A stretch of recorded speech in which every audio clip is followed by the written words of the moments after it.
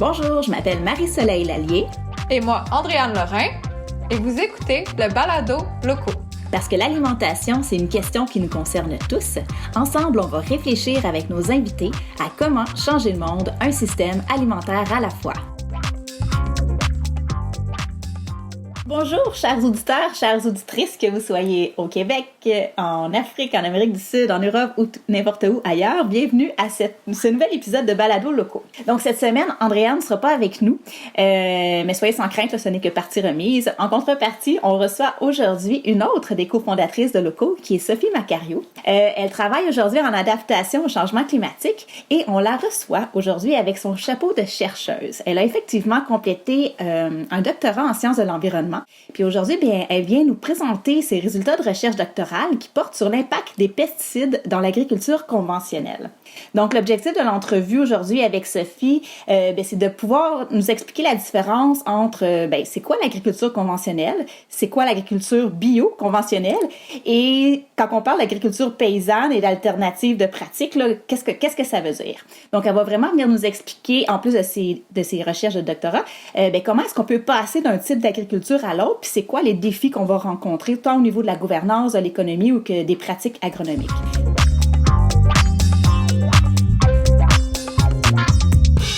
Donc, chère Sophie, bonjour! Bonjour! Ça va bien? Oui, et toi? Oui, ça va très bien, merci. Peut-être pour commencer, ce serait peut-être la fun que tu te présentes un peu, dans le fond, qu'est-ce qui fait qu'un jour, Sophie, elle décide de faire un doctorat en environnement? Oui, bien sûr. Donc moi, j'ai toujours été assez conscientisée par rapport aux enjeux environnementaux. C'est toujours quelque chose qui m'a intéressée. Mais c'est vrai que plus jeune, j'avais quand même le goût d'aller encore plus dans l'agriculture. Fait que je voulais devenir agricultrice. Oh ouais, hein? Oui, hein. C'est vraiment, ça m'attirait vraiment. Puis de fil en aiguille, en fait, en commençant à m'orienter dans l'agriculture et à faire les études dedans, finalement, je me suis rendu compte qu'il y a des enjeux plus grands en agriculture qui touchent justement les impacts environnementaux. Puis je me suis dit, plutôt que de rester focalisée sur l'agriculture, j'ai voulu vraiment ouvrir les horizons puis aller mieux comprendre quelles sont ces problématiques environnementales-là. Donc, je suis allée plus dans le milieu de l'environnement. Là, j'ai vraiment... je me suis intéressée à l'ensemble des problématiques, que ce soit le sol, les plantes, l'atmosphère, l'eau, etc. Donc ça, c'est dans le cadre de ma maîtrise, donc je me suis orientée assez chimie. Puis après, au niveau du doctorat, j'ai eu l'opportunité de revenir plus, en fait, de combiner les deux, environnement et agriculture, où j'ai pu entreprendre des recherches sur vraiment quel est l'impact des pesticides dans les milieux agricoles. OK. Voilà, c'est ça. Puis, dans le fond, c'est quoi un peu les principaux résultats de ta recherche? Est-ce qu'il y a beaucoup d'impact par rapport aux pesticides dans l'agriculture? Oui, tout à fait. Il y a vraiment de gros impacts. Puis, ça fait partie justement des enjeux actuels qui posent problème sur comment on va orienter l'agriculture dans le futur.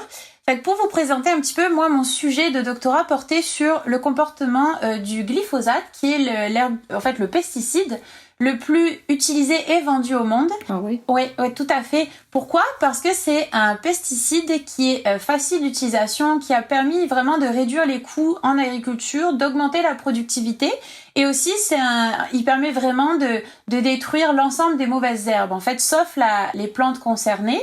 Puis c'est pour ça que, en fait, cette utilisation d'herbicides a été vraiment combinée à l'utilisation des OGM, organismes génétiquement modifiés, qui ont été modifiés donc pour résister à cet herbicide-là.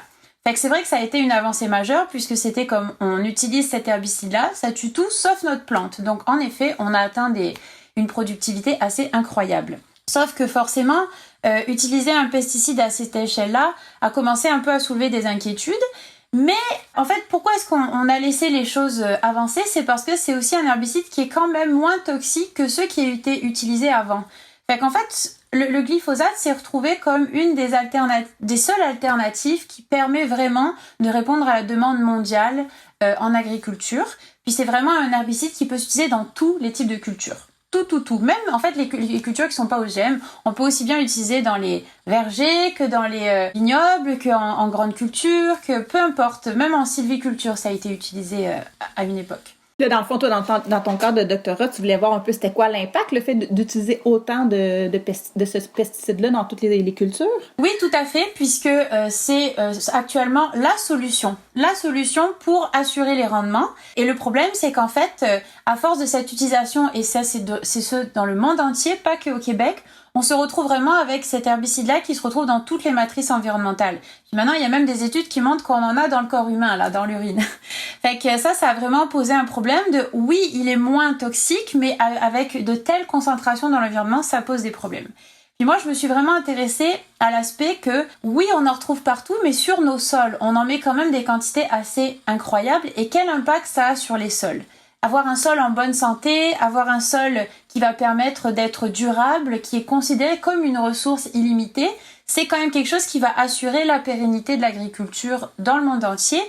Et au Québec, on se retrouve vraiment avec des sols en plus qui sont très fertiles puis qui stockent beaucoup les composés. Donc, c'était vraiment se reposer la question, quelles sont les concentrations qu'on retrouve de cet herbicide-là ? Est-ce que c'est à quel type de pratique c'est lié ? Puis quel est l'impact vraiment sur la santé des sols ?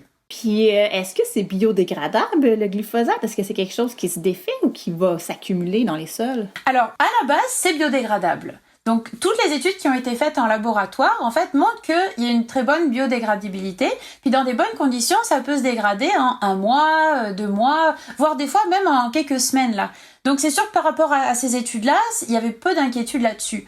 Le seul petit problème, c'est qu'en fait, selon les conditions, et surtout qu'au Québec, on a un climat qui est nordique, donc très froid, qui fait que ce n'est pas des conditions qui favorisent la dégradation de cet herbicide-là. Alors, et puis même s'il se dégrade, en fait, on s'est rendu compte que son composé de dégradation, la MPA, peut avoir des impacts toxiques, puis il est beaucoup moins biodégradable que le glyphosate. Donc en fait, on se retrouve avec des quantités dans l'environnement, pas sous forme de glyphosate, mais sous forme d'AMPA, majoritairement dans les sols, qui lui restent longtemps. Puis quand je dis longtemps, c'est d'une année sur l'autre. On peut se retrouver avec des sols qui ont des traces de cet herbicide-là qui n'ont pas eu d'application pourtant depuis plusieurs années. Donc en climat nordique, c'est vraiment une problématique très importante. Et dans le fond, ce que tu dis, c'est que pour vérifier s'il reste encore des traces, il ne faut pas regarder des traces de glyphosate, mais des traces comme des dérivés après sa décomposition, c'est ça? Oui, exactement.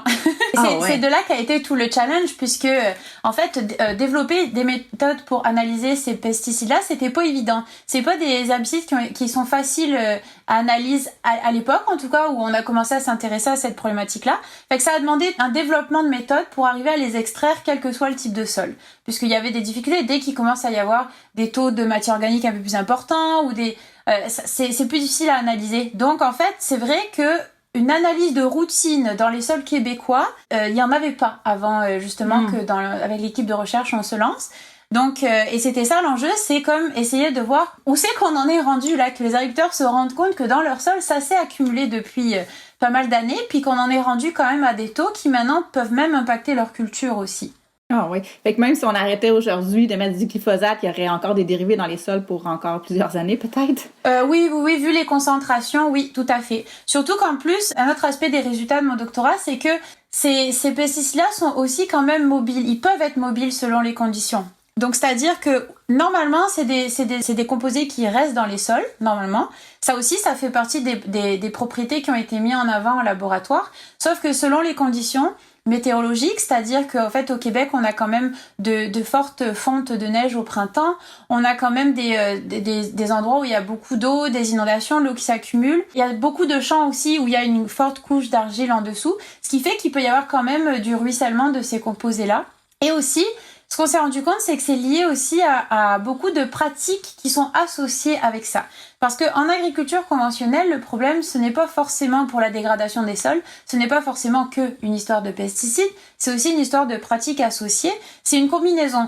Les types de fertilisants qu'on va choisir, le travail du sol, etc., qui va faire que progressivement, ça va dégrader le sol.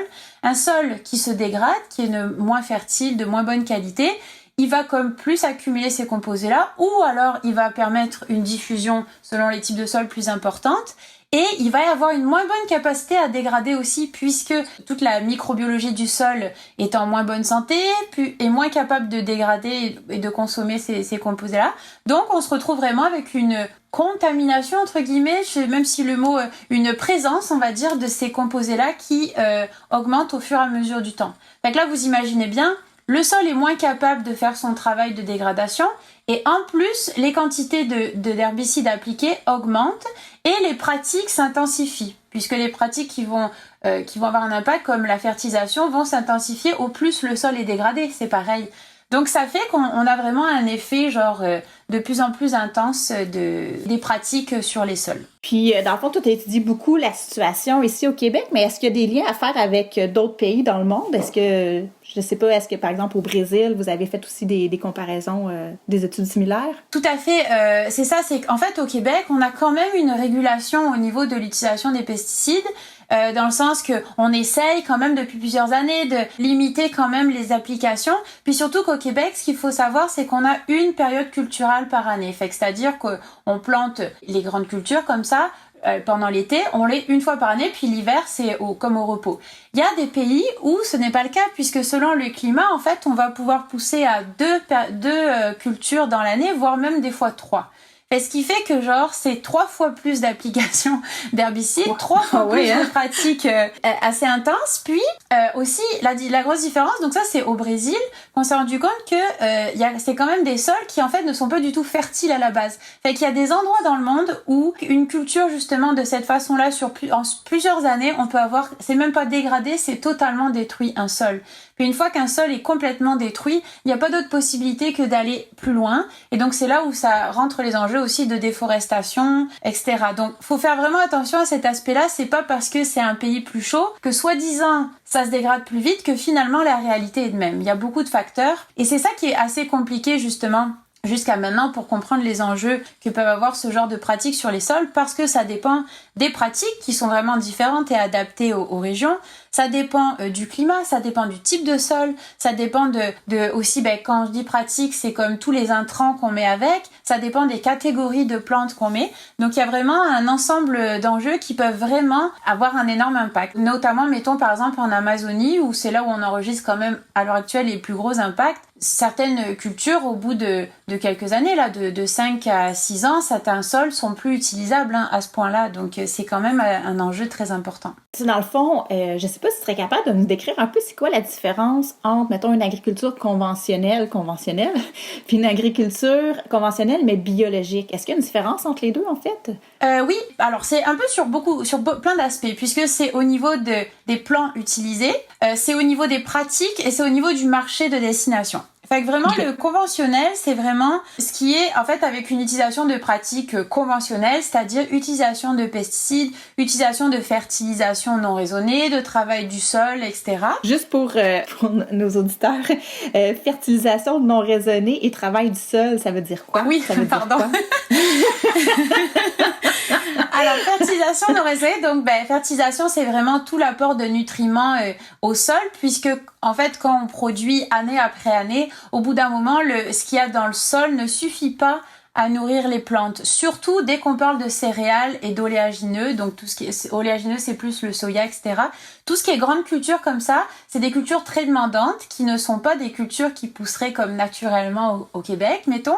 Donc ça demande quand même de réapprovisionner le sol. Fait quand c'est raisonné, c'est-à-dire qu'on a tout un plan de fertilisation plus qui va faire attention justement un peu plus aux aspects environnementaux. Par exemple, il y a des types de fertilisants comme plus synthétiques ou qu'on ne peut pas utiliser. Quand on parle de fertilisation comme plus dans le bio, c'est vraiment des fertilisations naturelles, c'est très strict le type de fertilisation qu'on peut utiliser. Alors que dans le conventionnel, on peut utiliser finalement tout type de fertilisant, que ce soit synthétique ou organique. Dans les synthétiques, c'est vraiment, on a mis vraiment les minéraux qu'on a besoin, puis on les met direct. Dans les organiques, ça peut être le purin, ça peut être les boues issues de stations d'épuration, etc. Donc il y a vraiment tout un type. Donc ça, en général, c'est décidé avec les agronomes et les experts là-dedans, puis en fonction de ce qu'a vraiment besoin le sol. Puis là, même des fois, année après année, c'est pas toujours les mêmes parce que selon les cultures, on n'a pas vraiment le même besoin en nutriments, en phosphore, en azote, etc. Donc c'est vraiment tout calculé année après année. C'est un plan très... Au niveau du travail du sol, dans le conventionnel, ça peut être... Donc là, ça dépend aussi du type de sol. Il y a des agriculteurs qui choisissent de faire vraiment le gros travail du sol parce que c'est très compacté, ça demande vraiment d'aller creuser plus profond, donc c'est un labour plus intense. Il y a des agriculteurs qui arrivent finalement à faire avec, comme on appelle ça, le semi-direct. Donc on n'a pas besoin de faire vraiment un gros travail du sol, on replante année après année sans vraiment faire du gros labour. Ça peut être dans les deux types de conventionnels. Dans le bio, on va faire un travail du sol qui est plus limité, qui va être moins invasif. Mais par rapport à ça, c'est sûr que ça aussi, c'est des décisions qui sont pas toujours prises. On peut pas toujours juste se dire je fais tout pareil, j'utilise tout comme ça, mais par contre, je vais plus faire de travail du sol. Tout est combiné, fait que mettons, si notre sol est dégradé, à un moment donné, on est quand même obligé, dans certains cas, d'utiliser un gros travail du sol. Tout ça pour en venir au fait que c'est vrai qu'il y a des pratiques, mettons que le bio va limiter par rapport au conventionnel, mais tous ces choix-là, quand même, de pratiques, ça va dépendre beaucoup des facteurs. Mettons, une agriculture bio sur le long terme va nous permettre, à force de raisonner un petit peu tout, d'avoir une bonne productivité en ayant doucement réduit les pratiques qui étaient plus destructrices du sol. Mais en conventionnel, on essaye aussi, mais des fois, certaines combinaisons ne permettent pas de l'avoir. C'est tout un processus pour retrouver une santé du sol, pour avoir un sol moins dégradé. C'est pas juste une des pratiques qu'on peut changer. Sais-tu, dans le fond, si aujourd'hui au Québec, je sais qu'il y a beaucoup, en fait, la grande majorité de nos terres agricoles sont utilisées justement pour des grandes cultures, beaucoup de soya puis de maïs. Est-ce que tu sais s'il y a une quand même large part qui est en agriculture bio ou c'est largement conventionnel? Alors, pour resituer un peu au niveau des chiffres, donc vous pouvez vous dire pourquoi est-ce qu'on parle beaucoup de culture des grains déjà. C'est parce que la culture des grandes cultures de grains, donc céréales et oléagineux, comme j'ai dit, c'est les troisièmes productions agricoles au Québec. Puis c'est juste après ce qui est plus l'élevage, donc après le lait et l'élevage de porc. Donc c'est pour ça que quand même c'est une problématique importante puisque dans nos surfaces agricoles, c'est la troisième qui est utilisée pour ça. En tout cas au niveau recettes. Puis même pour le lait et le porc, en fait, pour nourrir le bétail, on produit des grains aussi. Donc vous voyez que c'est vraiment sur nos superficies ce qui est le plus gros.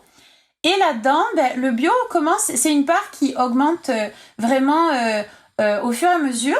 Et de plus en plus. Donc, dans les grains, le bio, je parle. Après, c'est sûr qu'il y a d'autres types de cultures. Donc, c'est sûr qu'il faut y aller un petit peu par secteur dans l'agriculture. Mais si on continue un peu sur les grains, le bio prend vraiment de plus en plus de parts de marché. Pourquoi? Parce que ce qui est intéressant avec le bio, c'est vraiment l'aspect qu'on peut vendre, justement, vu qu'il y a toute une certification qui vient avec et des critères plus respectueux au niveau de l'environnement, au niveau du prix que va recevoir l'agriculteur, etc. Donc, il y a comme tout des enjeux socio-économiques et environnementaux. Le marché et en fait les prix fixés pour le bio sont plus élevés que pour le conventionnel. Ce qui fait que de plus en plus, c'est quelque chose qui devient rentable comme transition pour les agriculteurs. Mais là, une fois de plus, on parle quand même de bio entre guillemets, grande culture, du bio industriel, c'est ça. On va parler de bio industriel. Voilà, c'est ça, pour aider un petit peu à visualiser. Et dans le bio industriel, donc, ce qui est le plus, une fois de plus, produit, c'est encore une fois le maïs, le soya, et après le blé, le seigle, etc. Puis ensuite vient ce qui plus l'avoine et après on aura le canola, etc. Donc même dans le bio, c'est quand même le maïs et le soya en tête. Et en fait, ce qui est aussi intéressant à savoir, c'est que le bio que l'on produit en grande culture, c'est pas un bio qui est forcément non plus destiné au Québec. C'est vraiment des marchés qui, quand même, en grande partie, sont internationaux. Par exemple, au niveau des céréales bio, il y a le soya, par exemple, il y a une bonne partie qui va être destinée pour le Japon, puisqu'ils ils ont vraiment un gros besoin, en fait, ils vont commander au Québec. Sinon, il y a beaucoup de grains bio qui vont servir pour la viande bio au Québec, sinon pour l'alimentation des animaux bio. Après, tout ce qui est plus céréales comme le seigle, l'avoine, là, ça va plus être pour la transformation, pour les farines, etc.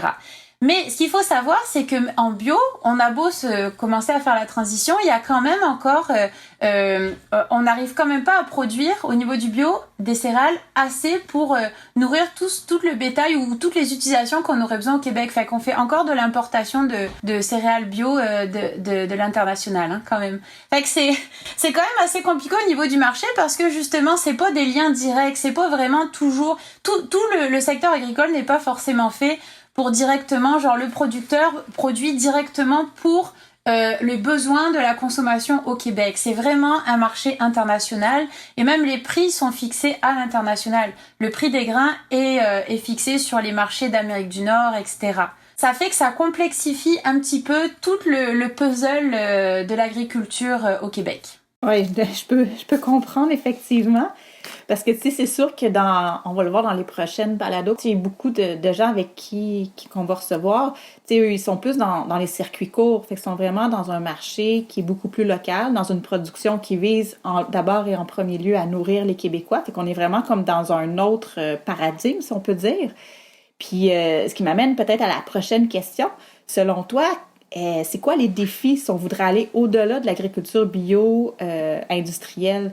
Ça a l'air assez compliqué, là, mais est-ce que tu serais capable de nous résumer un peu les principaux défis, dans le fond, si on voudrait passer d'une agriculture industrielle bio à une agriculture peut-être plus en circuit court, puis qui va au-delà de juste pas utiliser de pesticides, mais qui va dans des pratiques qui sortent peut-être de l'agriculture industrielle ou mécanisée ou en grande culture de soya, là?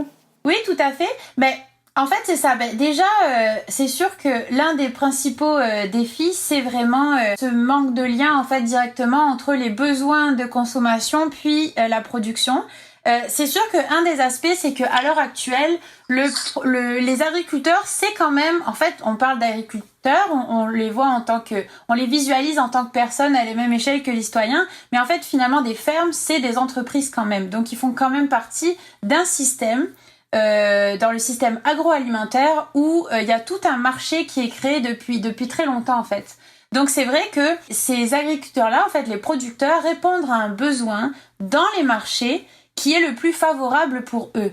Puis l'une des problématiques qu'il y a à l'heure actuelle, c'est que au niveau, mettons, de la recette qu'ils ont pour ce qu'ils ont vendu, genre, mettons, c'est pas si comment dire, il y a peu de marge de manœuvre. En fait, les taux d'endettement, puis surtout au Québec avec le coût que représentent les terres, donc l'acquisition de terres, tout le matériel, etc. Puis même au niveau des pratiques, en fait, tous les coûts à chaque année avancés avant la récolte font que c'est vrai que ça laisse peu de marge de manœuvre pour ces producteurs-là pour changer leur pratique. Mettons au Québec, là, les dernières années, les agriculteurs ont vraiment pu vendre à bon prix, mais ça veut pas dire ça leur a donné plus de marge de manœuvre. Ils ont vendu à bon prix, mais ça reste que les taux d'endettement augmentent.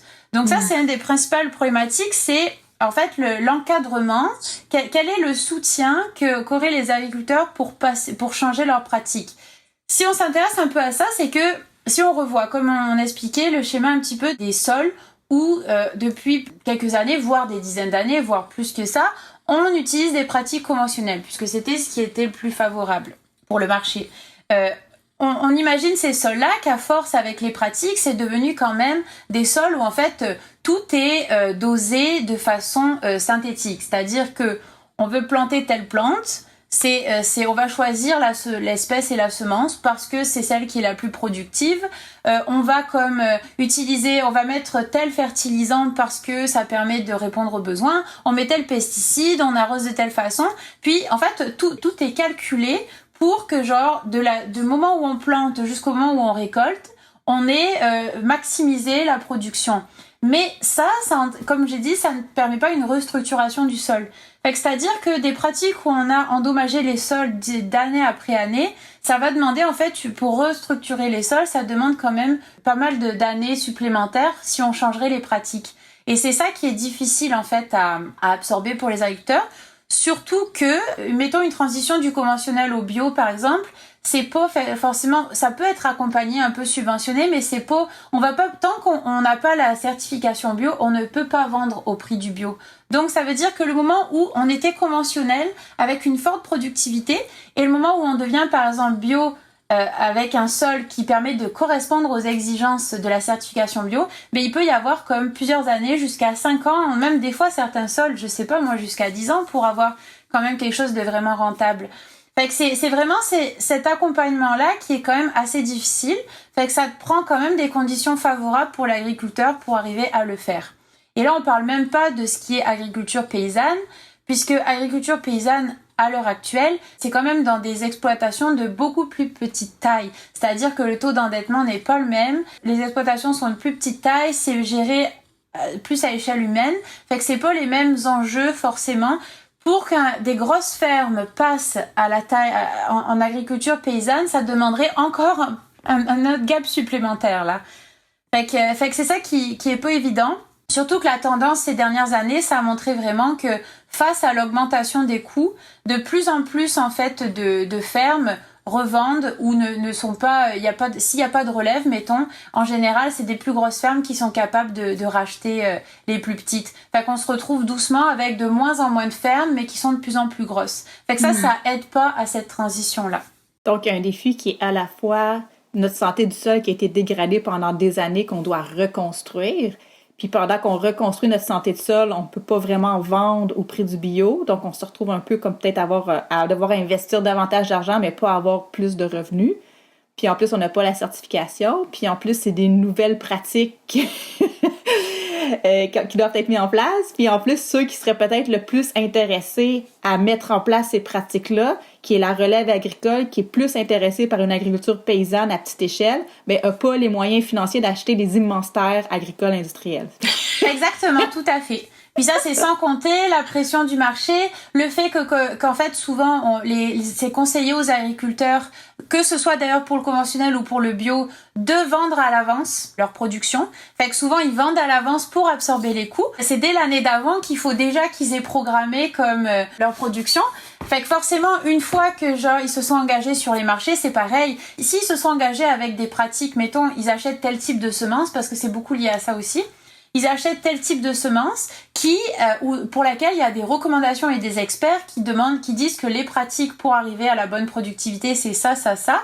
Ça fait que pour être assuré, par exemple, il faut respecter les pratiques. Donc ils peuvent pas non plus comme ça d'un claquement de doigts se dire cette année je sens que le climat est favorable, je prends le risque de ne pas mettre de pesticides ou je prends le risque de changer un peu mon plan de fertilisation. C'est pas des choses qui peuvent se faire comme ça. D'ailleurs c'est encadré par différents types, soit c'est par des agronomes plus publics ou des clubs d'agronomes conseils, ou alors des fois c'est aussi souvent une bonne part qui sont encadrés par les experts directement des entreprises qui vendent les semences, etc. Fait que dans ce cas-là, c'est sûr que les experts qui sont dans les entreprises de semenciers, eux, quand ils vendent une semence, c'est tout un service conseil qu'ils vendent avec. Fait que c'est forcément les produits qui vont avec. Donc ça aussi, c'est pas évident, ça demande et en fait ça montre un petit peu aussi le détachement progressif des agriculteurs qui sont de plus en plus en fait qui roulent comme une entreprise et de moins en moins comme leurs propres experts de leur sol. Pour qu'on retrouve mettons comme en modèle agriculture paysanne, des cultures qui sont vraiment adaptées au type de sol, ça demande vraiment en fait une expertise très locale, régionale.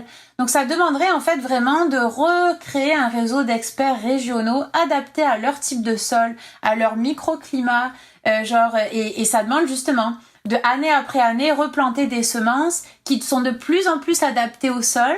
Fait que ça aussi, en conventionnel, c'est pas ça, puisqu'il y a pas le droit de réutiliser les semences.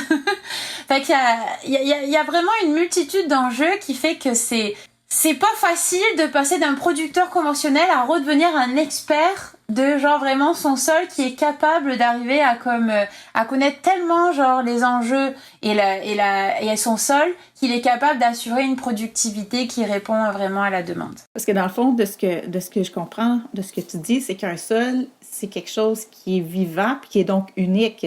Donc, quand tu dis que, peut-être juste pour s'assurer que j'ai bien compris, mais quand tu dis que idéalement, on reprendrait nos graines puis on les replanterait d'année en année dans le même sol, ce que tu m'expliques, c'est que la plante, d'année en année, elle va comme s'adapter aux conditions précises du sol dans lequel elle est plantée, c'est ça? Tout à fait. C'est exactement ça. Puis c'est l'un des principaux comme en fait contrastes entre... Et d'ailleurs, le bio conventionnel réutilise les semences quand même dans ce cas-là. Fait que c'est l'un des principaux contraste en fait entre l'agriculture plus bio, voire plus loin paysanne, versus la conventionnelle stricte, où la conventionnelle stricte, en fait, ça a vraiment été développé pour être une solution unique qui répond aux besoins mondiaux. Fait que c'était vraiment dans l'optique que genre on simplifie la vie à tout le monde. Pas besoin d'être un expert de sol. On propose une solution clé en main. On a les semences qui sont un petit peu différentes selon les régions du monde, mais qui sont quand même basées sur le même modèle. Les semences et les produits adaptés qui permettent, quel que soit le type de sol, quelle que soit la région du monde, de planter et d'avoir sa productivité. Et tout ça, c'est quand même lié. C'est là où il faut comme toujours faire attention, c'est que l'agriculture, mais comme tous les domaines, ça répond à une demande. Fait qu'en fait, ça s'est pas fait comme l'agriculture a développé des concepts comme ça de solutions qui paraissent incroyables à l'échelle mondiale. Et après, la demande est venue avec, c'est parce que c'est face à la demande au niveau de la viande, au niveau de l'augmentation de la qualité de vie des populations à travers le monde, qui a mis une pression de plus en plus grosse sur l'agriculture.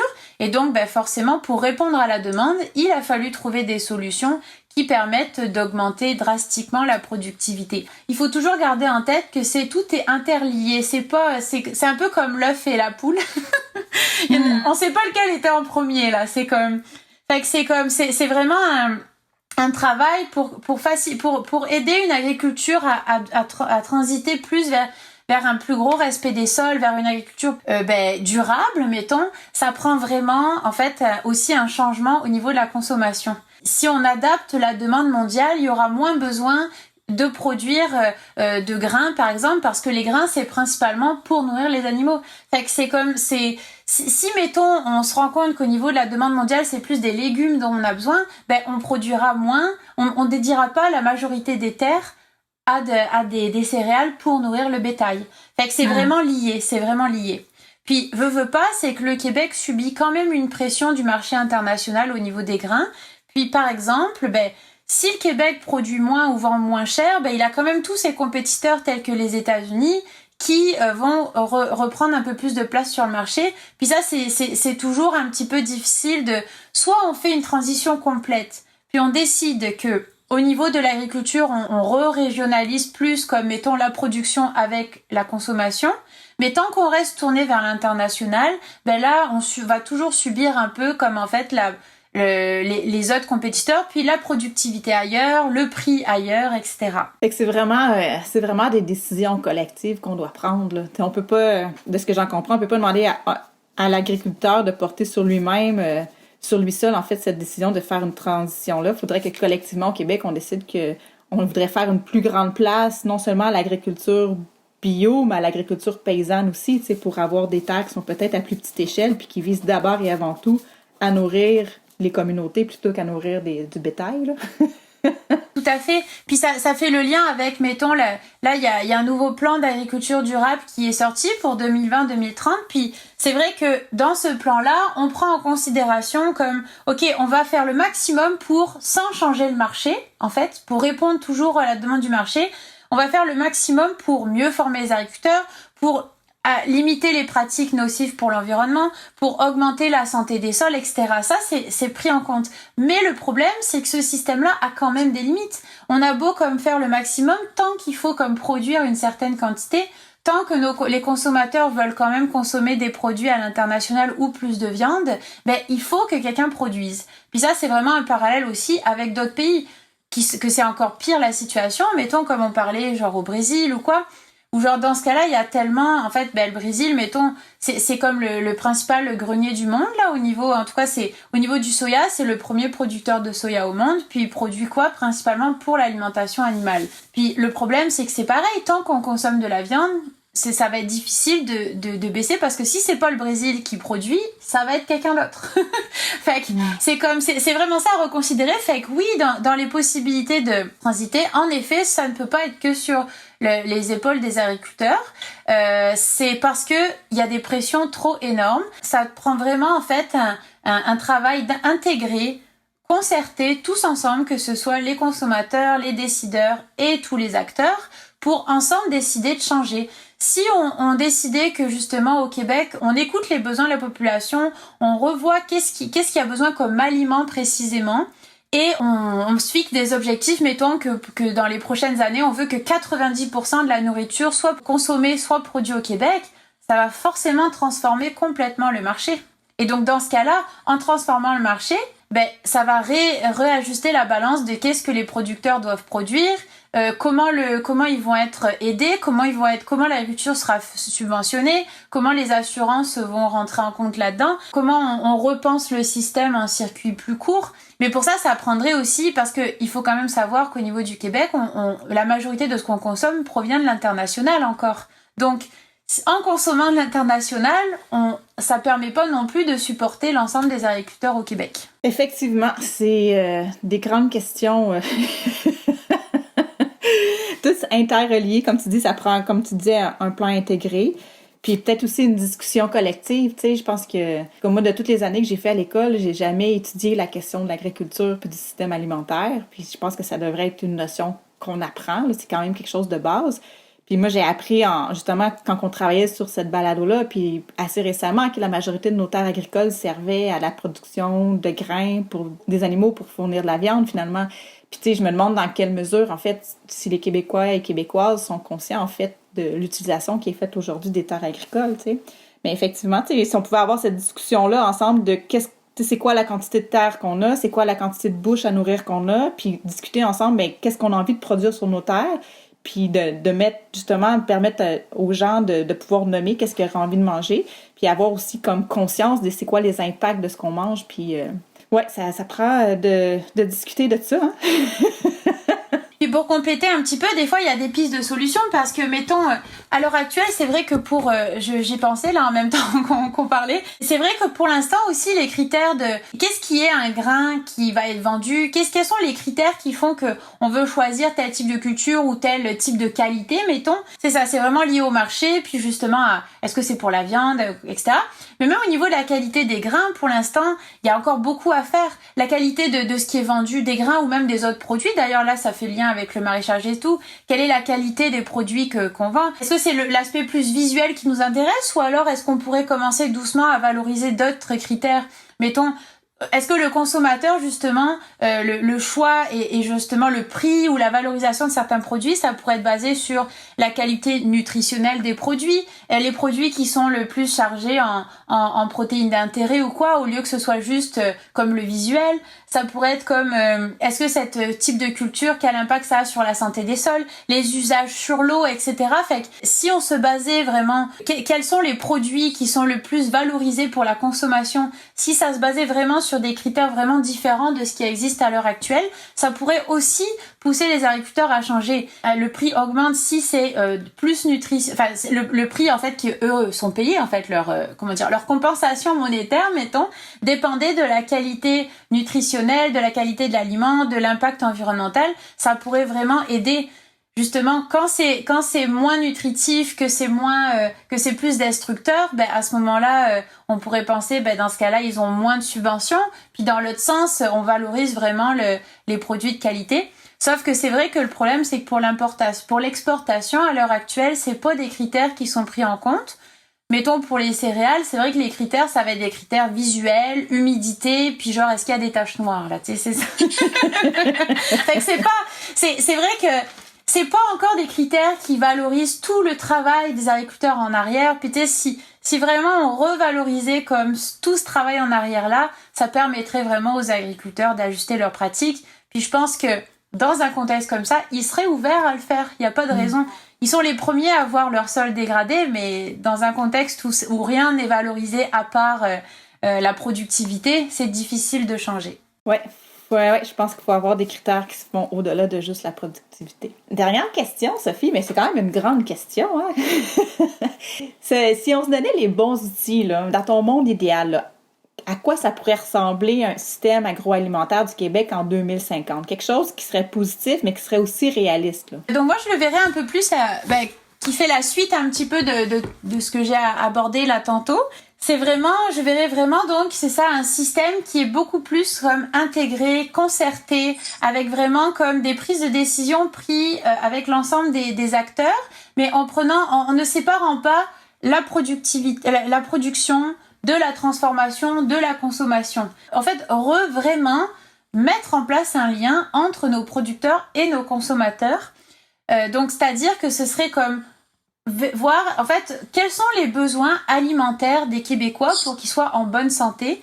Puis par rapport à ça, en fait, qu'il y ait une prise de décision, genre pour qu'est-ce qu'on valorise comme produit au Québec, qu'est-ce qu'on cible comme objectif de production, comment on recrée des circuits qui prennent en compte toutes les valeurs environnementales, sociales, etc.